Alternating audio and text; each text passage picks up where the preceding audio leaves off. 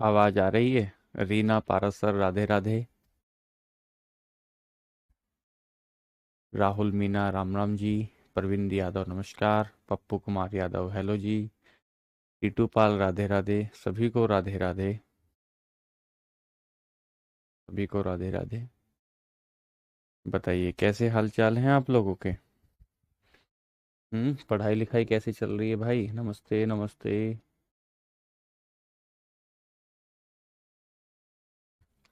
Good afternoon. Good afternoon. जय श्री राम। कैसी चल रही है पढ़ाई लिखाई? हैं? ठीक पढ़ रहे हो? थोड़ा गर्मियों के दिन आ गए हैं। आलस के दिन आ गए हैं। हाँ, आज पीवाईक्यू की क्लास करेंगे हम लोग। पहले एक बार हमने पीवाईक्यू किए थे पिछली एक क्लास में, और फिर आज हम लोग पीवाईक्यू आपको दिखाएंगे कि आपकी परीक्षा में और जो रेलवे की अन्य परीक्षाएं हो सकती हैं उनमें किस तरीके के सवाल आते हैं, वो हम लोग आज की क्लास में देखेंगे। दूसरा, पीवाईक्यू करने से एक ये भी हमें पता लग जाता है कि सवाल किस तरीके से आ रहे हैं, और हम जो पढ़ रहे हैं क्लास में, जो हम अपना डेली कीमती वक्त देते हैं, 1 घंटा जो हम लगातार अपना क्लास में देते हैं, उससे हमारा जो लक्ष्य है उस लक्ष्य को भेदने में कितनी आसानी हो रही है, कितनी आसानी हो रही है, ये भी हमें पीवाईक्यू से पता चलता है ना भाई? तो बच्चों, पिछले हमने जो आज तक टॉपिक किए हैं उनके बारे में आज हम लोग पीवाईक्यू देखेंगे। ठीक है, तो आइए फिर।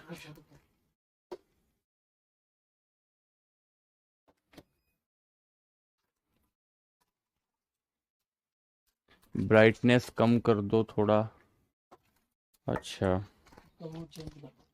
एक सेकंड, लेकिन ये तो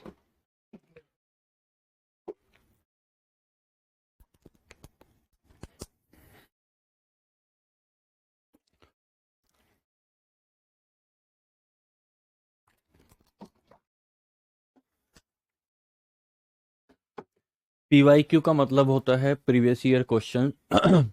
जो हमारी परीक्षाओं में पहले पूछे गए सवाल हैं उन्हें पीवाईक्यू कहते हैं। तो आइए शुरू करते हैं। आइए शुरू करते हैं। चलिए पहला सवाल लेते हैं।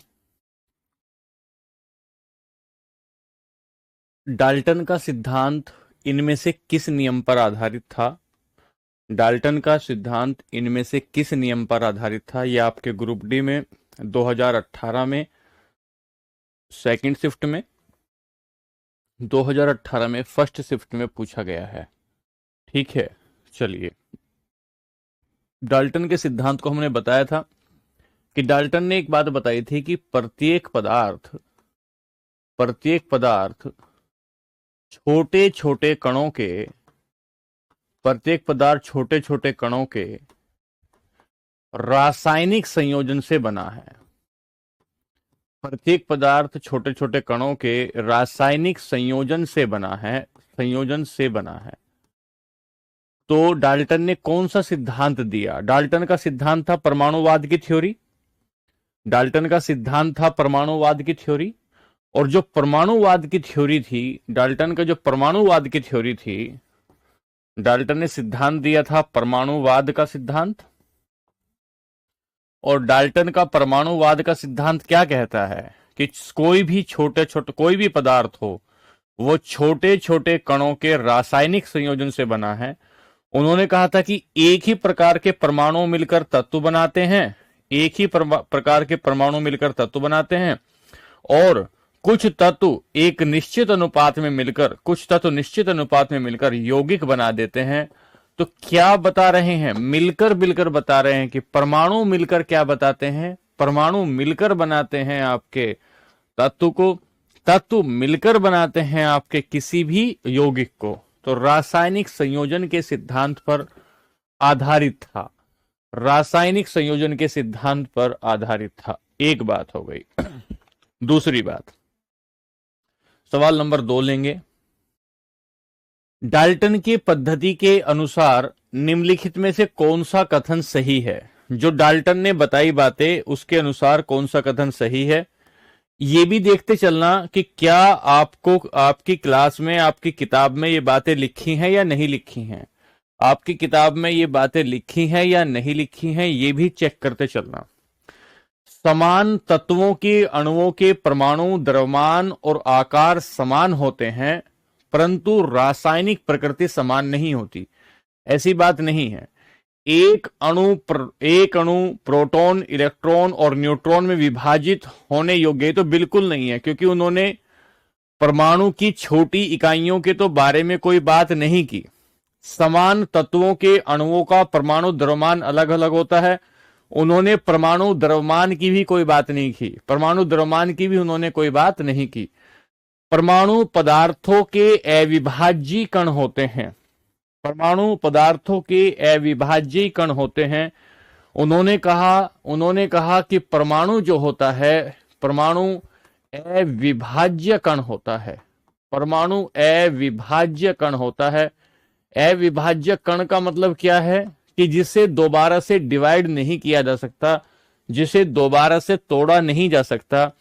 ये बात गलत साबित हुई डाल्टन की आगे जाकर, जब न्यूट्रॉन की, प्रोटॉन की, इलेक्ट्रॉन की खोज हो गई, तो लोगों ने कहा कि परमाणु को तोड़कर और छोटी छोटी इकाइयां होती हैं।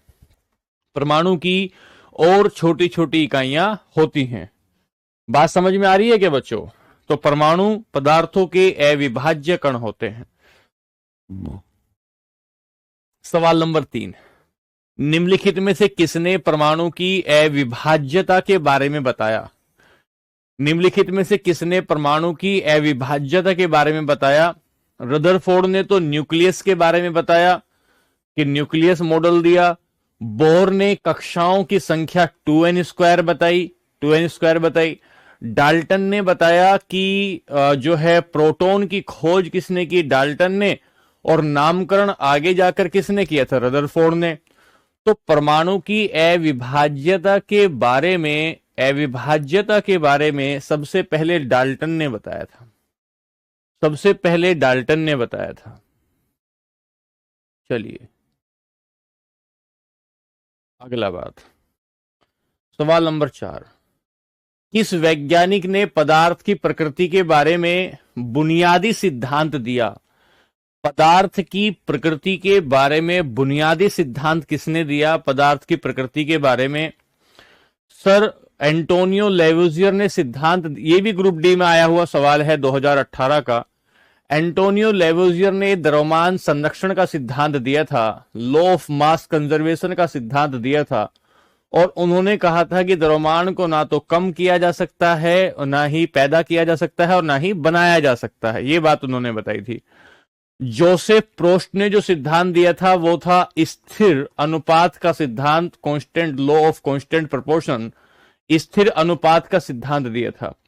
डेमोक्रिट्स पहले आदमी थे जिसने परमाणु शब्द दिया। जिसने सबसे पहले परमाणु शब्द दिया वो व्यक्ति डेमोक्रिट्स थे।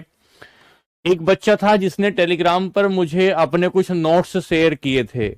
उस बच्चे का नाम तो मुझे याद नहीं है, लेकिन इतना बेहतर उसने नोट्स बनाया था कि मेरे मन में इतनी अच्छी आवाज उस बच्चे के लिए आई कि देखिए कितने सारे बच्चे पढ़ते हैं, ऐसे भी कुछ बच्चे हैं जो इतना बेहतर तरीके से काम करते हैं। जॉर्ज डाल्टन ने ऐसा किया, और मैंने क्लास में बोला था परमाणु शब्द को लेकर, उन्होंने नोट बना के अलग से इसको बना रखा था, नोट बना के इसको लिखवा रखा था। चलिए बात आगे चलेंगे, सवाल नंबर 5 पर चलते हैं। सवाल नंबर 5 कहता है किसी भी तत्व का वह छोटा कण, किसी भी तत्व का वह सबसे छोटा कण जो अपने गुणों को बनाए रखता है क्या कहलाता है? अपने गुणों को बनाए रखता है, वैसे क्या कहलाता है? क्या कहलाता है? किसी भी तत्व का बोल रहा है। हमने आपको बताया कि कोई भी तत्व हो या कोई भी यौगिक हो, कोई भी तत्व हो या कोई भी यौगिक हो, इसकी सबसे छोटी इकाई जो होती है उसे अणु कहते हैं। इसकी सबसे छोटी इकाई जो होती है अणु कहते हैं। 2024 में आया हुआ सवाल है। अणु की खास बात यह होती है स्वतंत्र अस्तित्व में रह सकता है, स्वतंत्र अस्तित्व में रह सकता है, जबकि परमाणु स्वतंत्र अस्तित्व में नहीं रहता। वह किसी ना किसी से रासायनिक अभिक्रिया करने के लिए तत्पर रहता है। ठीक है सर, ये बताया अणु। इसमें अगर परमाणु शब्द दिया गया होता तो आपको कंफ्यूजन की चांसेस बढ़ जाते, लेकिन इसमें परमाणु शब्द है ही नहीं, अणु शब्द है। रट्टा भी मार लीजिए, याद भी कर लीजिए कि तत्व और यौगिक की सबसे छोटी इकाई अणु होता है। निम्नलिखित में से कौन सा एक अपारमाणविक कण नहीं है? साल 2024 की शिफ्ट 1 में आया है। कौन सा अपारमाणविक कण नहीं है? अपारमाणविक कण वो होते हैं जो किसी परमाणु के भीतर पाए जाते हैं। परमाणु के भीतर पाए जाने वाले कणों को अपारमाणविक या उपपरमाणविक इकाइयां कहते हैं। अपारमाणविक या उपपरमाणविक इकाइयां कहते हैं। ठीक है सर। न्यूट्रॉन है, प्रोटॉन के मतलब आपके एटम के भीतर नाभिक होता है, नाभिक के भीतर प्रोटॉन भी मिलते हैं, न्यूट्रॉन भी मिलते हैं, और उसकी बाहर की कक्षाओं में इलेक्ट्रॉन भी मिलते हैं। उपपरमाणविक कण अणु नहीं है। सवाल 2024 में आया है। सवाल नंबर 7 पर आएंगे। शब्द परमाणु को किसने खोजा सबसे पहले? ग्रुप डी 2018 में आया हुआ सवाल। शब्द परमाणु को सबसे पहले किसने खोजा? खोजने वाला व्यक्ति तो डेमोक्रिटस था। डाल्टन ने जो है परमाणुवाद थ्योरी को दिया था। डाल्टन ने परमाणुवाद सिद्धांत दिया था। सर कणाद ने भी परमाणु की अविभाज्यता के बारे में बताया था। कि परमाणु एक अविभाज्य कण है, और इन्होंने अपनी पुस्तक वैशेषिक में ये बात लिखी थी। अपनी पुस्तक वैशेषिक में ये बात इन्होंने लिखी थी। जब डेमोक्रिट्स की बात कहते हैं तो इन्होंने ही सबसे पहले शब्द परमाणु दिया था। क्लास में भी आपको नोट्स के दौरान ये बात बताई गई है। ठीक है। सवाल नंबर 8 पर आए। परमाणु रासायनिक रूप से जुड़कर क्या बन जाते हैं? पिछली क्लासेस में मैंने आपको ऐसा समझाने की कोशिश की थी। ये आरआरबी 2019 का सवाल है कि जब परमाणु होते हैं और परमाणु आपस में जुड़ते हैं तो अणु बनाते हैं। एटम जब आपस में जुड़ते हैं तो मॉलिक्यूल बनाते हैं। क्या बनाते हैं? मॉलिक्यूल बनाते हैं। जब अणु आपस में जुड़ जाते हैं तो तत्व बना लेते हैं, तो एलिमेंट बना लेते हैं। और जब तत्व आपस में जुड़ेंगे तो सर यौगिक बना लेते हैं, कंपाउंड बना लेते हैं, और ये चेन इस प्रकार से आगे चलती रहती है। कंपाउंड बना लेते हैं। तो परमाणु रासायनिक रूप से जुड़कर क्या बनाते हैं? अणु बनाते हैं। इसका एग्जाम्पल क्या है? मान के चलिए कि ये ऑक्सीजन है। ये क्या है? ऑक्सीजन है। ये ऑक्सीजन का एक परमाणु है। ऑक्सीजन और ऑक्सीजन मिलकर O2 बनाते हैं। ऑक्सीजन और ऑक्सीजन मिलकर O2 बनाते हैं। इसीलिए ये जो O2 है ये एक प्रकार का अणु है। O2 जो है ये एक प्रकार का अणु है। अगर आप देखेंगे इसको और बेहतर तरीके से अगर आप समझना चाहते हैं तो आप ये कहेंगे कि इसका परमाणु क्रमांक जो होता है वो 8 होता है। ऑक्सीजन का परमाणु क्रमांक 8 होता है। तो इसकी कक्षा बनती है 1s2 1s2 2s2 और 2p4। ये इसकी कक्षा बनती है। इसकी बाहर वाली कक्षा में इलेक्ट्रॉन हो जाते हैं 6, और इसको 8 पूरा करने के लिए 2 इलेक्ट्रॉन चाहिए। इसकी चित्र ऐसे बनेगी। ये ऑक्सीजन है 2 4 6, ऐसे इसके पास है, ऐसे। तो ये क्या करता है? जो आपके 2 इलेक्ट्रॉन हैं, ऐसा मान के इसको मैं ऐसे बनाऊंगा,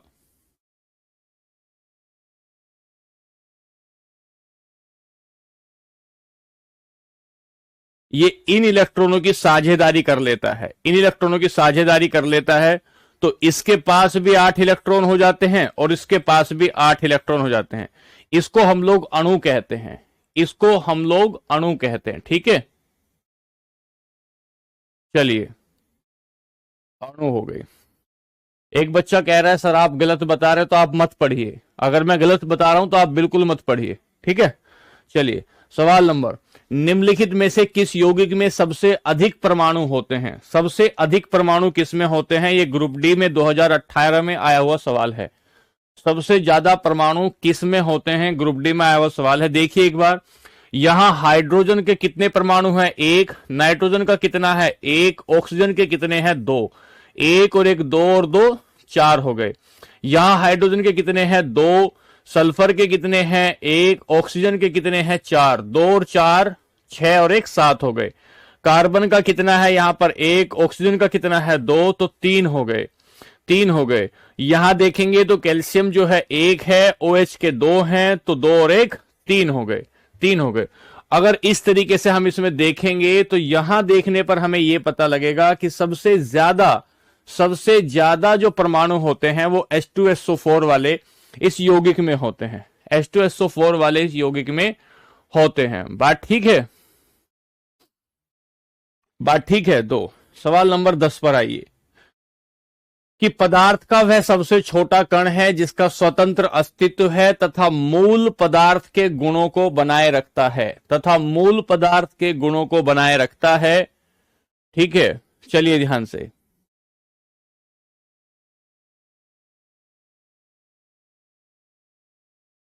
चलिए इस बार बताऊंगा उनका नाम, चिंता ना करो। ठीक है, तो क्या कह रहे हैं कि पदार्थ का वह सबसे छोटा कण जिसका स्वतंत्र अस्तित्व है तथा मूल पदार्थों के गुणों को बनाए रखता है, उसे हम लोग अणु कहते हैं, उसे हम लोग अणु कहते हैं, अणु, इसे हम लोग अणु कहते हैं। अभी हम लोग पढ़ते हुए आए हैं, अभी हम लोग पढ़ते हुए आए हैं कि पदार्थ का सबसे छोटा कण है, पदार्थ का सबसे छोटा कण अणु होता है, वह स्वतंत्र अस्तित्व रखता है। जब हम ये बात कहते हैं ना स्वतंत्र अस्तित्व रखता है, तो वह परमाणु की तरह रासायनिक अभिक्रियाओं में भाग नहीं लेता है, वह स्थिर कण हो जाता है, एक प्रकार का स्थिर कण हो जाता है। सवाल नंबर 11 पर आएंगे, किस यौगिक की सबसे छोटी संभव इकाई को क्या कहते हैं? ग्रुप डी में 2018 में आया गया सवाल है। किसी यौगिक की सबसे छोटी संभव इकाई को क्या कहा जाता है? सबसे छोटी संभव इकाई को क्या कहा जाता है? सवाल ये है। ठीक है सर, सबसे छोटी संभव इकाई अणु कहलाती है। किसकी? यौगिक की और यौगिक या तत्व की सबसे छोटी इकाई को हम अणु कहते हैं। यौगिक या सब, आपके नोट्स में भी ये बात लिखवाई गई है, ये बात नोट्स में भी लिखवाई गई है। ठीक है, सवाल नंबर 12 पर आते हैं। अणु का गठन करने वाले परमाणुओं की संख्या को इसकी क्या कहते हैं? देखिए ध्यान से, दो ऑक्सीजन के परमाणु मिलकर O2 बनाते हैं, तो हम कहते हैं कि ऑक्सीजन बनाने में कितने परमाणु यूज हुए? 2। तो ऑक्सीजन की परमाणुकता कितनी हो गई? ऑक्सीजन की एटमोसिटी, ऑक्सीजन की परमाणुकता कितनी हो गई? एटमोसिटी कितनी हो गई? सर 2 हो गई। परमाणुकता या एटमोसिटी से क्या मतलब है? इससे मतलब है कि किसी अणु को बनाने में कितने परमाणुओं को यूज किया गया, किसी अणु को बनाने में कितने परमाणुओं को यूज किया गया, इसे एटमोसिटी कहते हैं, इसे एटमोसिटी कहते हैं, इसे एटमोसिटी कहते हैं। जैसे अगर आप ये कहें कि सर, जैसे आप ये कहें कि सर जो आपका हाइड्रोजन है, हाइड्रोजन, आप सुनिए ध्यान से, आप ऑक्सीजन की बात करें तो ऑक्सीजन की परमाणुकता 2 होती है, फास्फोरस की परमाणुकता 5 होती है, बात समझ रहे? नाइट्रोजन की परमाणुकता, ऐसे करके हम लोग, हाँ ठीक है, चलिए, तो ये क्या होगा? परमाणुकता। आगे चलते हैं। एक डैश को किसी डैश के हिस्से या एक यौगिक के रूप में डैश अंश के रूप में परिभाषित किया जाता है जो स्वतंत्र अस्तित्व रखता है और तत्व के सभी गुण दर्शाता है। तो हम कहेंगे एक अणु को कब आया है, ग्रुप डी में आया है, 2018 में आया। एक अणु को किसी तत्व के हिस्से या एक यौगिक के सबसे छोटे अंश के रूप में परिभाषित किया जा सकता है जो स्वतंत्र अस्तित्व में सक्षम है, उसके सभी तत्व के गुणों को दर्शाता है, सबसे छोटे गुणों को दर्शाता है। ठीक है। एटमोसिटी ऐसे निकालते हैं सिंपी कि उसमें देखना होता है कि उसमें परमाणु कितने होते हैं, आप पढ़ोगे आगे। चलिए, तो ये कहा एक अणु, एक तत्व, सबसे छोटा अणु। अणु जो होता है किसी भी तत्व का, किसी भी यौगिक का सबसे छोटा अंश होता है, सबसे छोटा अंश होता है। पढ़ने पर ध्यान दो, बेकार के कमेंट मत लिखो। यहां कमेंट लिखने में टाइम बर्बाद करोगे तो जीवन बर्बाद की संभावना भरपूर हो जाएगी। पढ़ने पर ध्यान दो। ठीक है। 1931 में बीटा 6 के लिए ऊर्जा और संवेग का संरक्षण का उपयोग करते हुए एक नए कण की खोज की गई, जिसे अब न्यूट्रिनो कहते हैं। इसके अस्तित्व का पूर्वानुमान किसने किया था? ये सवाल पूछना चाहता है कि अस्तित्व, ये जो आपका न्यूट्रिनो है, इसकी खोज किसने की थी? न्यूट्रिनो की खोज किसने की थी? ठीक है। न्यूट्रिनो जो होता है इसे घोस्ट पार्टिकल भी कहते हैं। न्यूट्रिनो को घोस्ट पार्टिकल भी कहते हैं। घोस्ट पार्टिकल इसलिए कहा जाता है, ये मासलेस और चार्जलेस होता है। मासलेस और चार्जलेस से तो होता है, इस पर ना द्रव्यमान होता है ना इस पर आवेश होता है। किसी भी शरीर के आर पार आ जा सकता है, आर पार आ जा सकता है। इसकी खोज करने वाले व्यक्ति वोल्फगैंग पाउली थे। ठीक है। 2025 का सवाल है। तुम्हें दिखाई नहीं देता है क्या? अपडेटेड सवाल है, ये दिखाई नहीं दे रहा है तुम्हें जो ये कह रहे हैं कि अपडेटेड सवाल है? ये दिख नहीं रहा है क्या लिखा है यहां? सवाल नंबर अगला। निम्नलिखित में से किसे न्यूक्लियन कहा जाता है? न्यूक्लियन किसे कहते हैं? न्यूक्लियन का मतलब होता है नाभिक के भीतर वाले कण। न्यूक्लियन को कहा जाता है नाभिक के भीतर के कण। नाभिक के भीतर के जो कण होते हैं उन्हें न्यूक्लियन कहा जाता है। नाभिक के भीतर न्यूट्रॉन मिलते हैं, नाभिक के भीतर प्रोटॉन मिलते हैं। न्यूट्रॉन मिलते हैं, प्रोटॉन मिलते हैं। तो सर, न्यूट्रॉन और प्रोटॉन को ही न्यूक्लियंस कहा जाता है। न्यूट्रॉन और प्रोटॉन को ही न्यूक्लियंस कहा जाता है। ठीक है सर। किसे कहते हैं? प्रोटॉन और न्यूट्रॉन को न्यूक्लियंस कहा जाता है। प्रोटॉन और न्यूट्रॉन को न्यूक्लियंस कहा जाता है।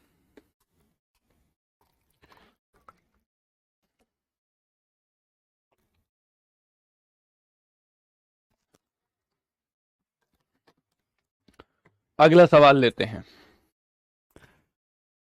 सामान्यतः परमाणु के नाभिक में कौन से कण होते हैं? ये आरआरबी 19 में आया, 24 में आया। सामान्यतः परमाणु के नाभिक में कौन कौन से कण होते हैं?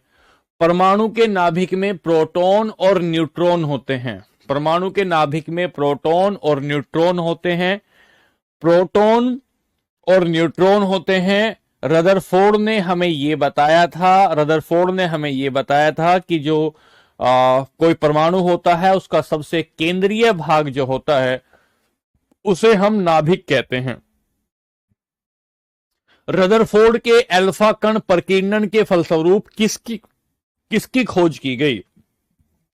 जब रदरफोर्ड ने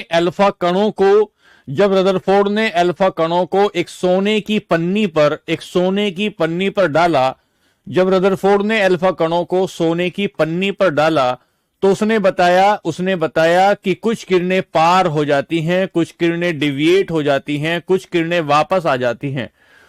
उसने बताया कि जो किरणें वापस आ गई हैं वो किसी परमाणु के नाभिक के केंद्र से टकराकर वापस आई हैं और वो जो परमाणु का केंद्र होता है, वो जो सबसे उसका पिछला हिस्सा होता है, जैसे ये नाभि है, नाभि से शब्द बना नाभिक। तो परमाणु के नाभिक की खोज किसने कर दी? ये रदरफोर्ड ने कर दी। और इसके लिए कौन सा प्रयोग किया गया? अल्फा कण प्रकीर्णन का प्रयोग इसके लिए किया गया। ठीक है, चलिए आगे चलते हैं। इलेक्ट्रॉन के समतुल्य प्रतिद्रव्य कणों को क्या कहा जाता है? इलेक्ट्रॉन के समतुल्य प्रतिद्रव्य कणों को क्या कहते हैं? The anti particle of an electron क्या कहा जाता है? तो मैंने आपको बताया था कि पॉजिट्रॉन है। एनटीपीसी 17 में आया गया सवाल पॉजिट्रॉन है। सवाल कैसे बना था कि पॉजिटिव चार्ज होता है और गुण रखता है इलेक्ट्रॉन की तरह। चार्ज होता है पॉजिटिव, गुण रखता है इलेक्ट्रॉन की तरह, तो ये शब्द बन जाता है पॉजिट्रॉन।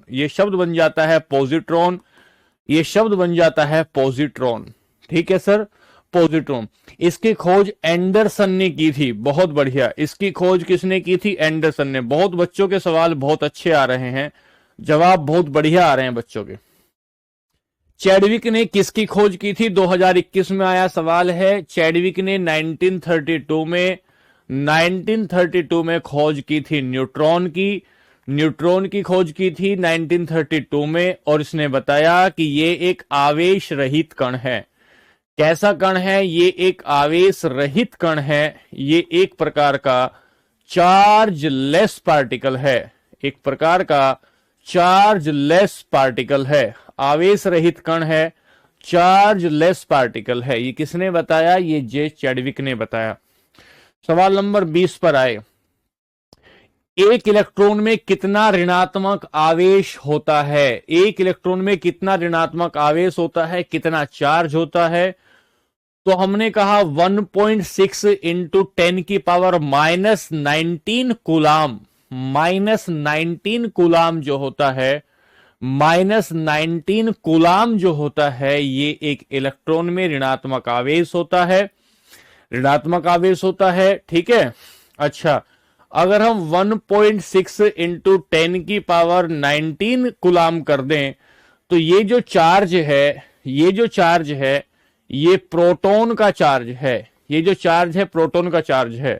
किसका चार्ज है? ये प्रोटॉन का चार्ज है। ये 18 में आपके ग्रुप डी में आया, फिर उसी शिफ्ट में आया दूसरी में, और आरआरबी में 19 में आया हुआ सवाल है। ठीक है, चार्ज भी आपको लिखवाया गया है। न्यूट्रॉन को छोड़कर सभी परमाणु निम्नलिखित में से किसमें मौजूद होते हैं? क्या क्रोमियम में, हाइड्रोजन में, कार्बन में, मैग्नीशियम में, किस में होते हैं? ये पूछ रहा है। ग्रुप डी 2018 का सवाल है। ये पूछता है। मैंने आपको एक बात बताई थी कि हाइड्रोजन ऐसे लिखते हैं, ऐसे। ये इसको कहते हैं परमाणु क्रमांक। जो इसके पैरों में लिखा जाता है ना, उसे कहते हैं परमाणु क्रमांक। जो पैरों में लिखा होता है उसे परमाणु क्रमांक कहते हैं, और जो यहां सिर पर लिखा होता है उसे द्रव्यमान संख्या कहते हैं, उसे मास नंबर कहते हैं। और जब इसमें से न्यूट्रॉन की संख्या, इसे ए से डिनोट करते हैं, इसे जेड से डिनोट करते हैं। न्यूट्रॉन की संख्या को निकालने के लिए ए माइनस जेड बराबर न्यूट्रॉन करते हैं। ए है यहां पर 1, जेड भी यहां पर 1 है, न्यूट्रॉन की संख्या 0 हो जाएगी। एकमात्र ऐसा तत्व हाइड्रोजन है। एकमात्र तत्व है जिसमें न्यूट्रॉन नहीं होता। एकमात्र तत्व है जिसमें न्यूट्रॉन नहीं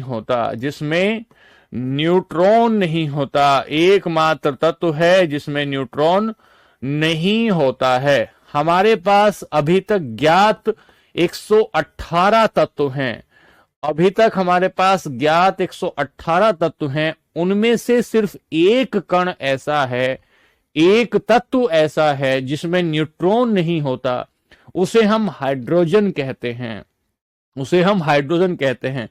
सर अगर हाइड्रोजन की बात करें, हाइड्रोजन को ही आदर्श ईंधन कहा जाता है।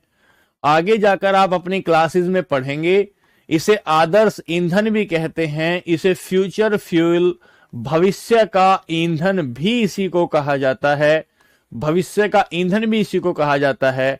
यूनिवर्स में, ब्रह्मांड में पाया जाने वाला सर्वाधिक तत्व यही है। लगभग 75% से ज्यादा ब्रह्मांड में हाइड्रोजन ही पाया जाता है, हाइड्रोजन ही पाया जाता है। ठीक है सर, बात क्लियर है क्या? देखें, चलिए ये हो गई इलेक्ट्रॉन का 1.6 माइनस 10 की माइनस 19। चलिए यहां से आगे, कौन सा परमाणु का उप परमाणु कण नहीं है? ग्रुप डी के 2018 में आया गया सवाल है, कौन सा परमाणु का उप परमाणु कण नहीं है? उप परमाणु कण नहीं है, ठीक है, उप परमाणु कण नहीं है। विच इज नॉट अ सब atomic particle of an atom. Neutron है, प्रोटॉन है, इलेक्ट्रॉन है, जीनोन नहीं है। जीनोन एक निष्क्रिय गैस है, जीनोन एक निष्क्रिय गैस है जो ग्रुप 18 में आती है। आगे जाकर आप परसों की क्लास में आवर्त सारणी पढ़ना सीखोगे तो वहां इन सारी बातों को सीखोगे। और अष्टक नियम को पूरा करती है। क्या करती है? अष्टक नियम को पूरा करती है।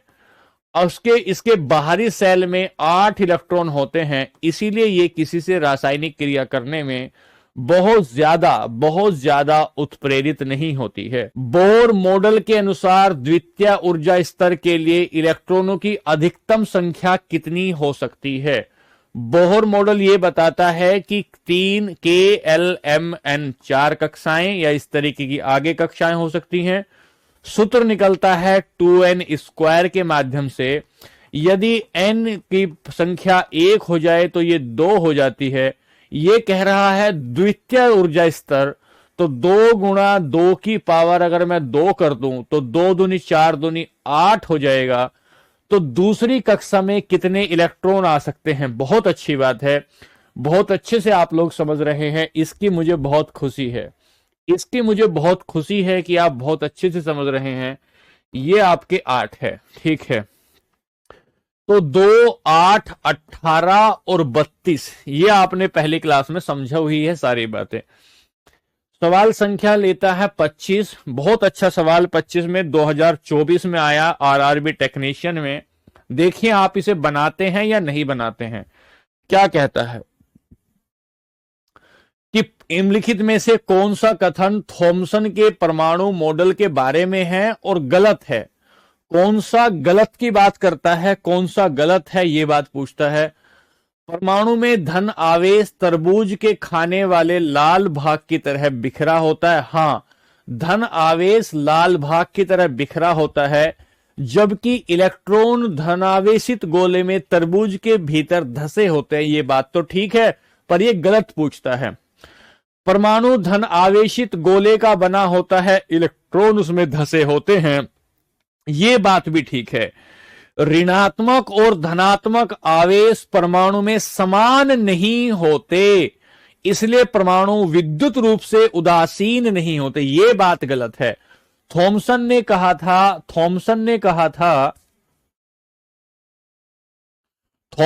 कहा था कि जो आपका ये है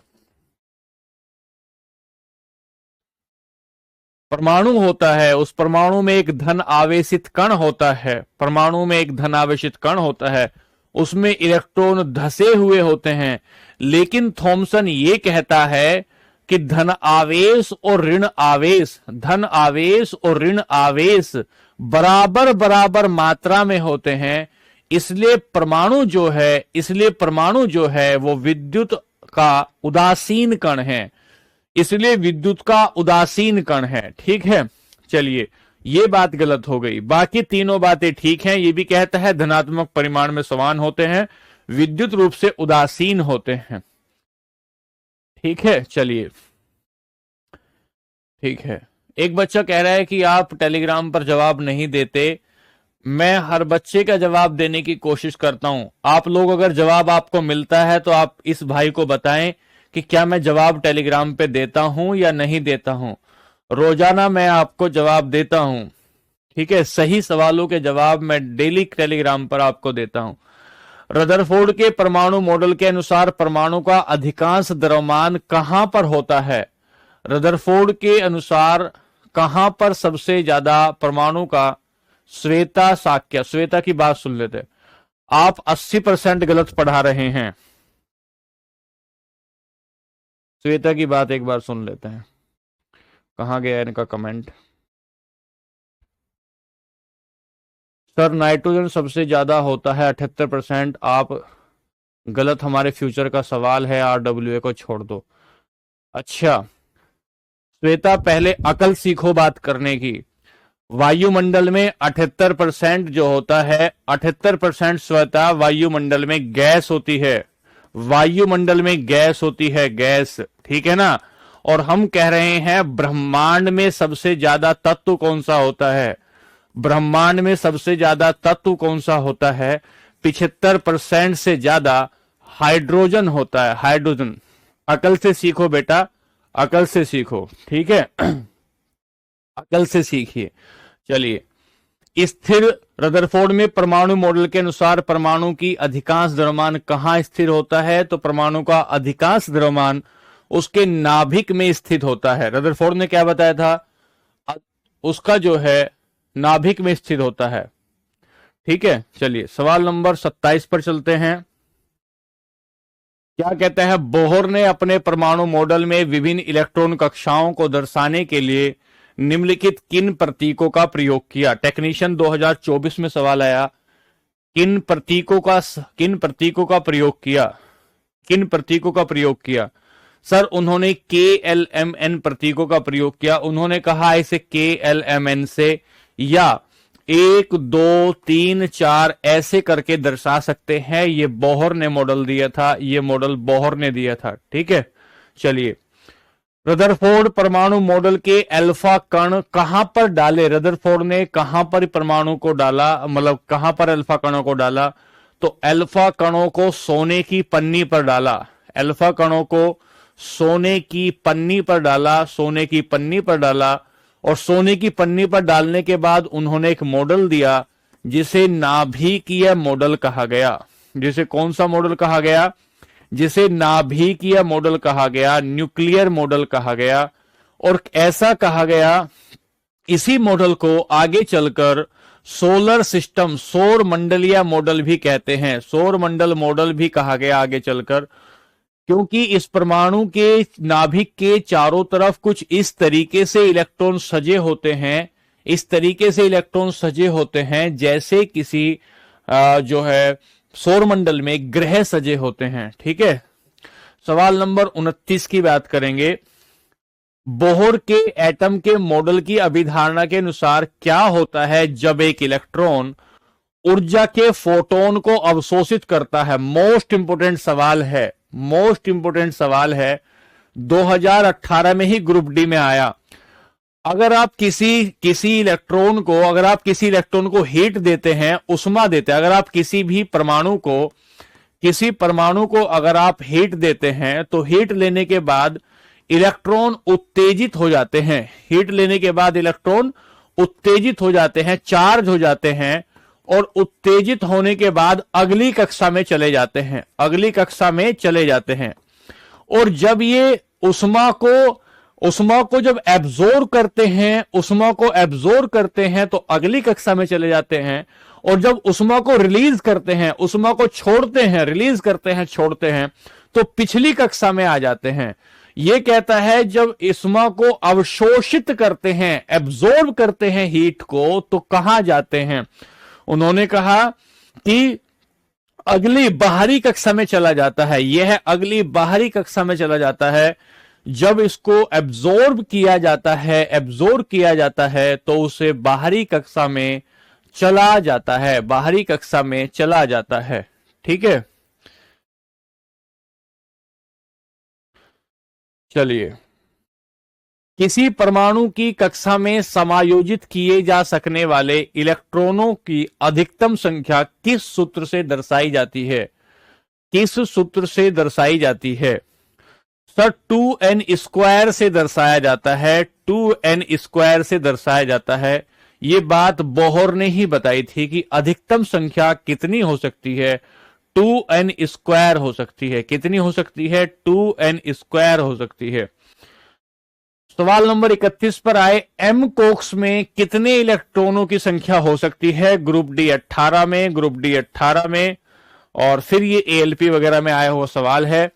तो के, एल, एम और एन, के, एल, एम और एन, इसमें 8 हो सकती है, इसमें के में आएंगे, इसमें 2 हो सकती हैं, इसमें 8 हो सकती है, इसमें 18 हो सकती है, इसमें 32 हो सकती है।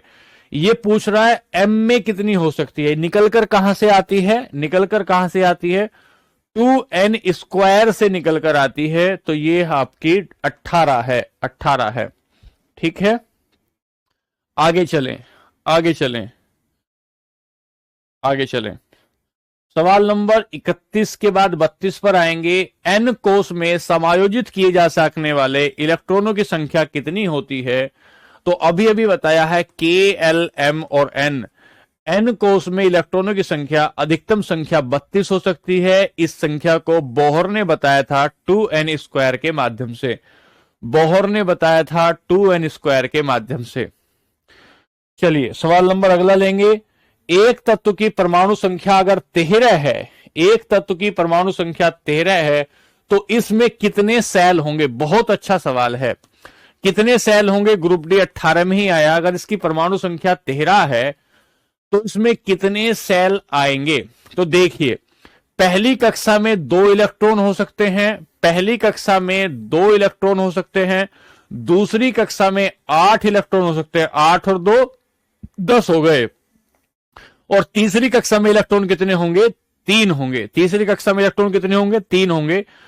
तो अगर परमाणु संख्या 13 है तो इस तत्व में कितने सेल होंगे? इसमें 3 सेल होंगे, इसमें 3 कक्षाएं होंगी।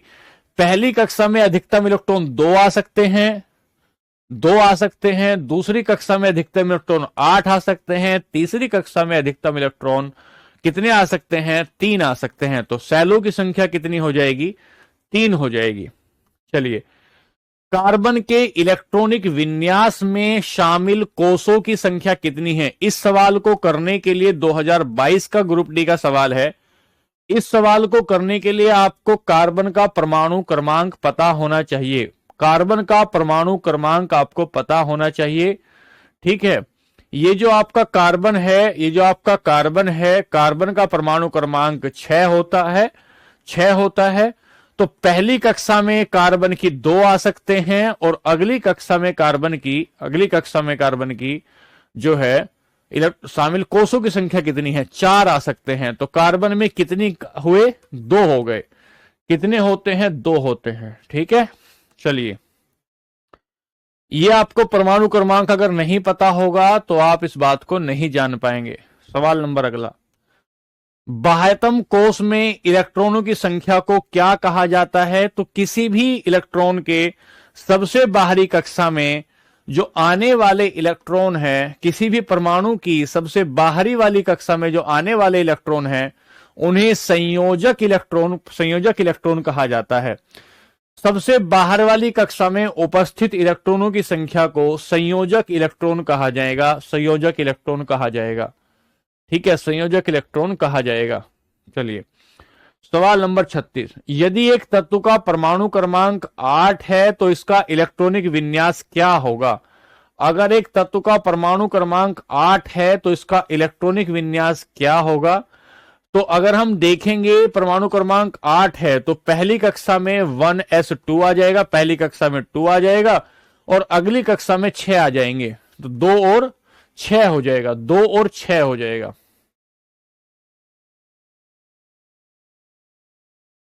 2 और 6 हो जाएगा। सवाल नंबर 37, जिस परमाणु की बाहरी कक्षा में इलेक्ट्रॉनों की संख्या पूर्ण होती है उसकी संयोजकता उसकी संयोजकता कितनी होती है। किसी परमाणु की सबसे बाहरी कक्षा में इलेक्ट्रॉनों की संख्या पूर्ण अगर हो जाए तो उसकी संयोजकता कितनी होती है। उसकी संयोजकता 0 होती है। अगर किसी भी एटम की सबसे बाहरी कक्षा में इलेक्ट्रॉनों की संख्या 8 हो जाए, तो उसकी संयोजकता 0 हो जाती है। अगर 8 हो जाए, अष्टक के नियम का पालन कर दे तो उसकी संयोजकता 0 हो जाती है।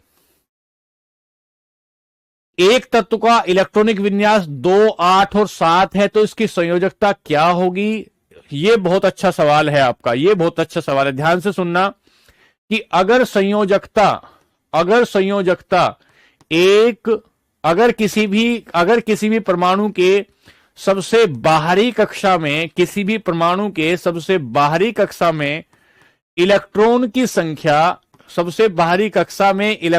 संख्या 1, 2, 3 या 4 होती है तो उसकी संयोजकता यही होती है, 1, 2, 3, 4 होती है। लेकिन अगर बाहरी कक्षा में इलेक्ट्रॉनों की संख्या 5, 6, 7 होती है तो या 8 होती है तो उसे 8 में से घटाते हैं।